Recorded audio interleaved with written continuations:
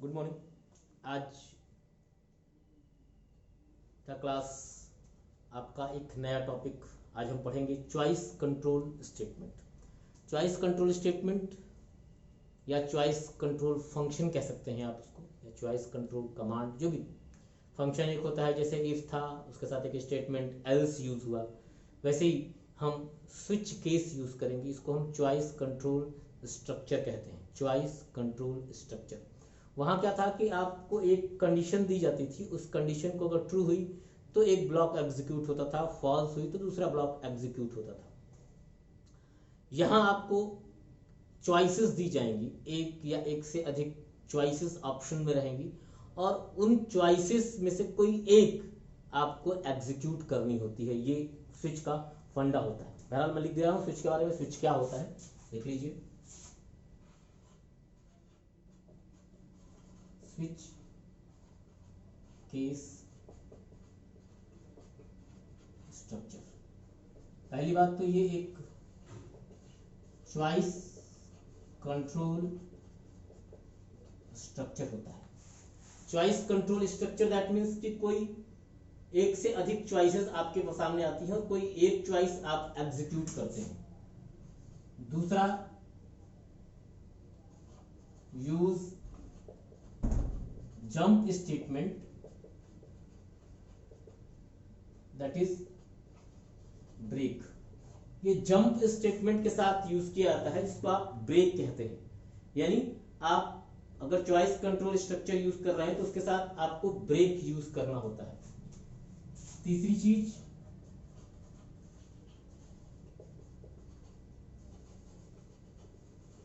किसी तरह की भी कंडीशन आप नहीं दे सकते हैं, ठीक है। किसी भी तरह का कंडीशन आप इसमें इंप्लीमेंट, इस स्ट्रक्चर में किसी भी तरह की कंडीशन आप नहीं दे सकते हैं। जैसे इफ में आप कंडीशन दे देते हैं लेस देन, ग्रेटर देन वगैरह वगैरह, ये चीजें यहां अलाउड नहीं है, ठीक है।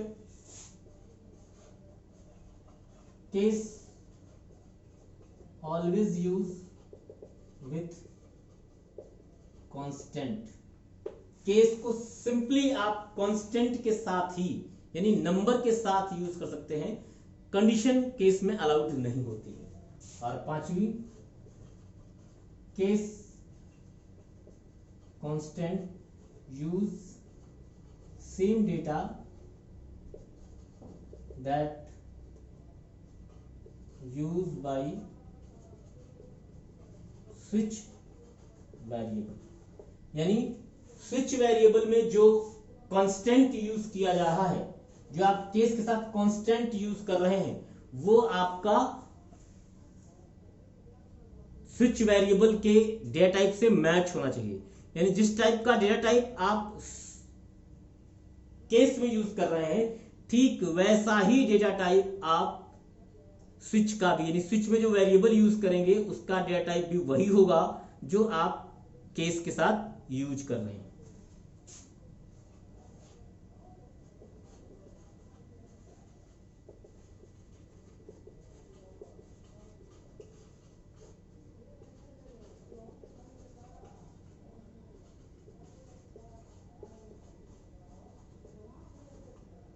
अगर आपकी कोई चॉइस मैच नहीं कर रही है तो default block, if no choice match then default block will be executed. इस चीज को आप ध्यान रखेंगे कि अगर आपकी कोई चॉइस मैच नहीं कर रही है तो डिफॉल्ट ब्लॉक एग्जीक्यूट होगा।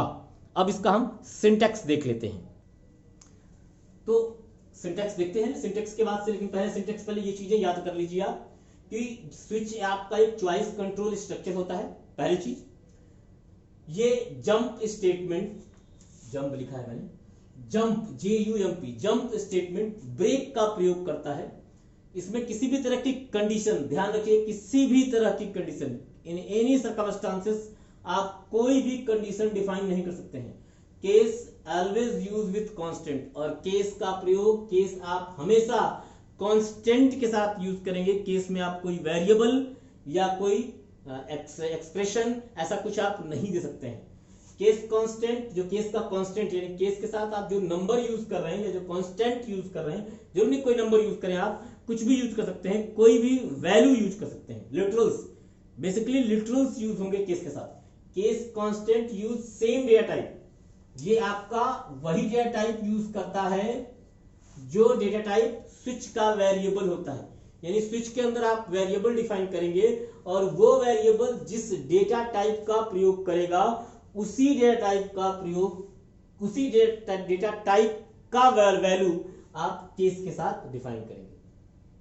फिर से समझ लीजिए, जिस टाइप का स्विच वेरिएबल होगा, जिस डेटा टाइप का स्विच वेरिएबल होगा उसी टाइप की वैल्यू आप केस के साथ यूज करेंगे। इस चीज को बहुत बारीक से याद रखिए, जिस टाइप का स्विच वेरिएबल होगा उसी टाइप का आप केस कांस्टेंट यूज करेंगे। अदरवाइज अगर आप उस टाइप का यूज नहीं करते हैं तो डेटा टाइप मिसमैच या कोई भी आपको एरर आ सकती है। और ये लास्ट की चीज है, last but not least, if no choice match then default block will be executed. अगर कोई चॉइस मैच नहीं करती है तो डिफॉल्ट ब्लॉक, जो भी आपने डिफॉल्ट के साथ लिखा है, वो आपका एग्जीक्यूट होगा। ठीक है, अब देखते हैं सिंटेक्स क्या होगा इसका। आपके व्हाइट बोर्ड पर लिख दिया है मैंने सिंटेक्स स्विच का। क्या सिंटेक्स होगा? केस 1 स्टेटमेंट, इसके बाद ब्रेक, केस 2 स्टेटमेंट फिर ब्रेक, केस 3 स्टेटमेंट फिर ब्रेक। ऐसे करते करते आप जितने चाहे उतने केस लगा सकते हैं। हर बार बस ये ध्यान रहे, केस के साथ आपका स्टेटमेंट होगा और हर स्टेटमेंट के बाद ब्रेक होगा। अगर आपके एक से अधिक स्टेटमेंट है तो वो भी आप लिख सकते हैं, यहां कोई ब्लॉक का प्रॉब्लम नहीं है। इफ की तरह, जैसे कल की वीडियो में आपने देखा होगा मैंने ब्लॉक बनाया था, उस तरह की ब्लॉक की कोई प्रॉब्लम नहीं है। यहां आप कितने सारे स्टेटमेंट्स लिख सकते हैं उसमें, और बस आपको लास्ट में at the last of statement, आखिरी स्टेटमेंट के बाद आपको ब्रेक यूज करना है। बात समझ में आ रही है? आखिरी स्टेटमेंट के बाद आपको ब्रेक यूज करना है। ठीक है, इसके बाद ये देखिए, ध्यान दीजिए, इसमें ध्यान देना क्या है, केस के साथ आपका कॉलन यूज हो रहा है। केस के साथ आपका कॉलन साइन यूज हो रहा है, इस चीज को ध्यान रखिए। केस के साथ कॉलन साइन, यहां सेमी कॉलन मत लगाइएगा, और स्विच के साथ आपका किसी तरह का सेमी कॉलन या कॉलन कुछ भी नहीं लगेगा, जैसा कि इफ और एल्स के साथ होता था। केस के साथ आप फॉलो करेंगे कॉलन साइन को, दो बिंदियां, स्टेटमेंट के साथ सेमी कॉलन लगेगा, ब्रेक के साथ सेमी कॉलन लगेगा, केस फिर स्टेटमेंट फिर ये सारी चीजें ब्रेक। और जब सबसे लास्ट में आप यूज करेंगे डिफॉल्ट, यहां आप कॉलन लगाएंगे, उसके साथ स्टेटमेंट होगा, यहां ब्रेक की जरूरत नहीं है।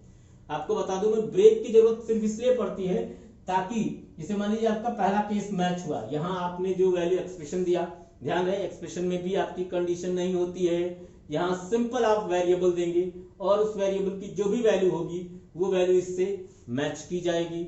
इसे आपने यहां दिया एक्स की वैल्यू 1 2 3 4 5 कुछ भी दी आपने, तो इसमें से मैच की जाएगी, 1 है 2 है 3 है और एक n है या 4 है।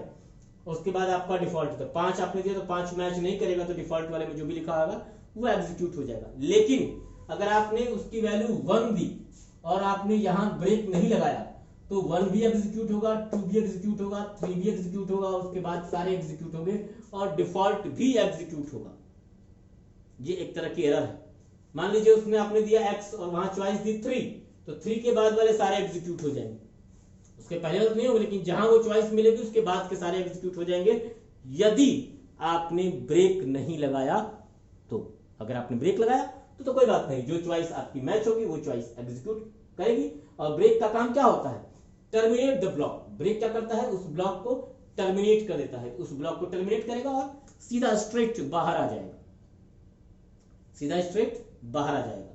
तो अभी क्या करते हैं, हम एक एग्जांपल देख लेते हैं इसी स्विच के आधार पर कि एग्जांपल क्या होगा, और उस एग्जांपल को बनाने की कोशिश करते हैं। एग्जांपल है, write a program to input weekday in number and print in word week start from Sunday, that is 1। ये आपकी प्रॉब्लम है कि आपको वीक डे इनपुट करना है नंबर में और उसे आपको प्रिंट करना है किसमें, उसका नाम प्रिंट करना है। नाम आप समझते ही हैं, वीक डे आपका Sunday, Monday, Tuesday, Wednesday, Thursday, Friday और सैटरडे होता है और उसको आपको नंबर में इनपुट करना है और वर्ड्स में प्रिंट करने हैं। यही आपकी प्रॉब्लम है।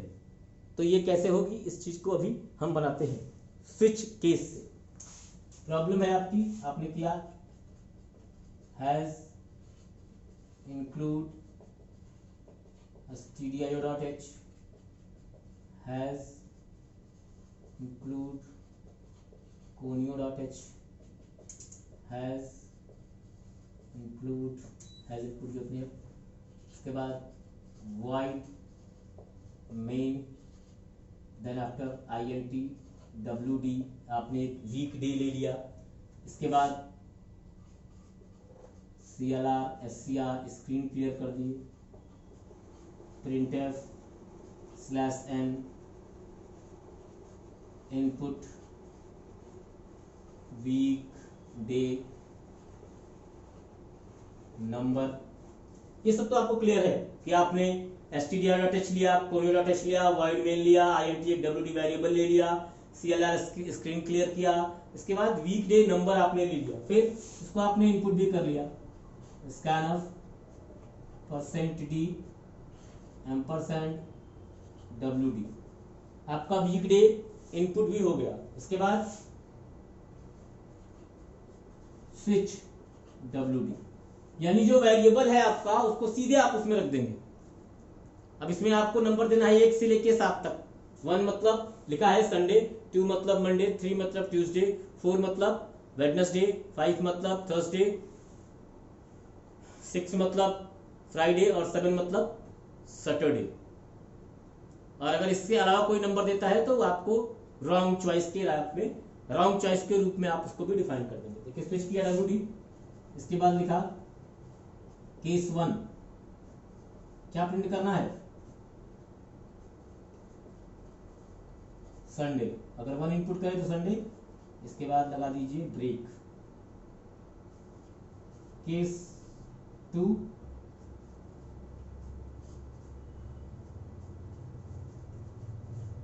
Monday break. Case 3,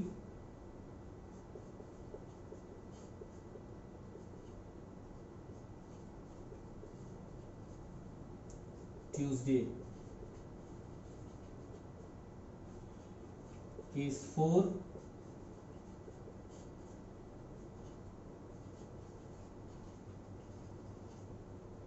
Wednesday.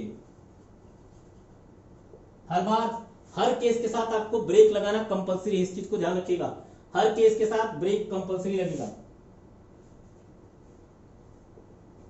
Case 5,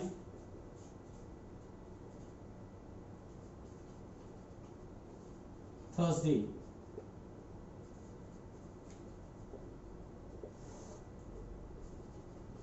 case 6,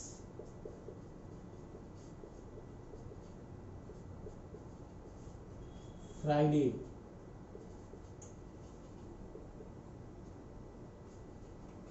case 7,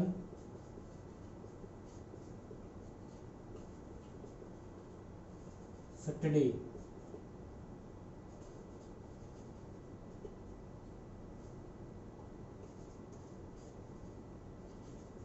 default, मगर अगर इसलिए दे रहे हैं हम डिफॉल्ट कि अगर किसी ने, हो सकता है किसी ने 8 दे दिया, 9 दे दिया, तो क्या करेगा वो, उसके लिए मैसेज दे दिए रॉन्ग एंट्री, आपने गलत दिया है। और उसके बाद ये स्विच का ब्लॉक बंद हो जाएगा जो यहाँ खुला था।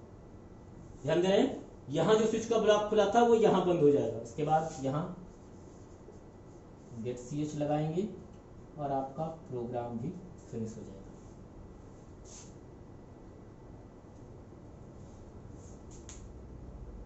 लॉजिक में कोई दम नहीं है। लॉजिक सिर्फ इतना है कि आपने एक वेरिएबल इनपुट किया, इसमें आपको 1 से लेके 7 तक, वीक डे आपको 1 से लेके 7 तक नंबर इनपुट करने हैं। जिसको आपने स्विच के साथ एक्सप्रेशन कर लिया है, केस 1 होगा तो संडे होगा, केस 2 होगा तो मंडे होगा, और हर बार जो केस आपका फुलफिल होगा उस केस के बाद से वो क्या होगा, हर बार जब वो केस फुलफिल होगा उस केस के बाद से क्या करेगा, वो उस ब्लॉक से टोटल इस ये जो ब्लॉक है इस ब्लॉक से बाहर निकल जाएगा। केस 3 मिला उसको ब्रेक ट्यूसडे प्रिंट किया और स्टॉक से बाहर आ गया। यानी हर बार कॉन्सेप्ट सिर्फ इतना है, 1 से लेकर के 7 तक आपने केस डिफाइन किए हैं, 1 2 3 4 5 6 7, और सबके साथ आपका एक स्टेटमेंट है और ब्रेक है। यानी वो स्टेटमेंट प्रिंट हुआ और उस ब्रेक के बाद उस पूरे स्विच ब्लॉक से वो बाहर आ जाएगा। ठीक है, उम्मीद करता हूं कि आपको ये प्रॉब्लम समझ में आई होगी, और जैसा कि हम हमेशा करते हैं आज भी करते हैं, आज आपको फिर एक प्रॉब्लम देते हैं इसी प्रॉब्लम पर बेस, जिसको आप वापस कमेंट में बना के हमको दिखाइएगा। ठीक है, अब जैसे पढ़ रहे हैं मुझे बहुत अच्छा लग रहा है और मैं चाहता हूं कि आप लोग और बेहतर सीखें। बेसिकली ये वीडियो उसी के लिए बना रहे हैं ताकि जो लोग सी लैंग्वेज में बिल्कुल क्लास बाय क्लास, एक कॉन्सेप्ट नहीं, जो जानता है सब कुछ उसके लिए नहीं, जो स्टेप बाय स्टेप प्रोग्रामिंग के लिए बेसिक एक डम्ब लेवल पर जो प्रोग्रामिंग क्या होती है उसके लिए मैं ये वीडियो बना रहा हूँ। ठीक है, आपको आपके सजेशंस मुझे मिलेंगे तो मैं और बेहतर करने की प्रेरणा मुझे मिलेगी। प्रॉब्लम है आज के लिए आपका homework, write a program to input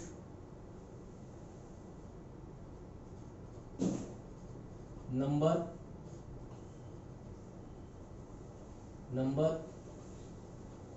between 0 to 9।